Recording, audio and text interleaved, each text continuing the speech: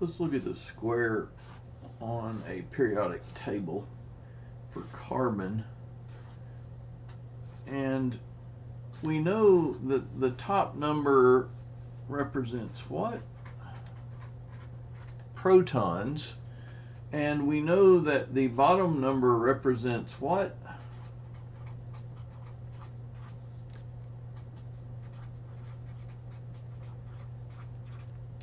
We know that.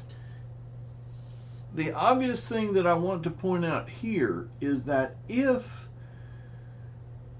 this is a neutral carbon, remember protons are positive.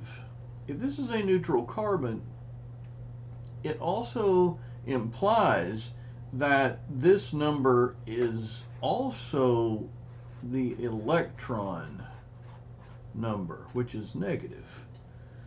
So that would mean that carbon has how many protons and how many electrons?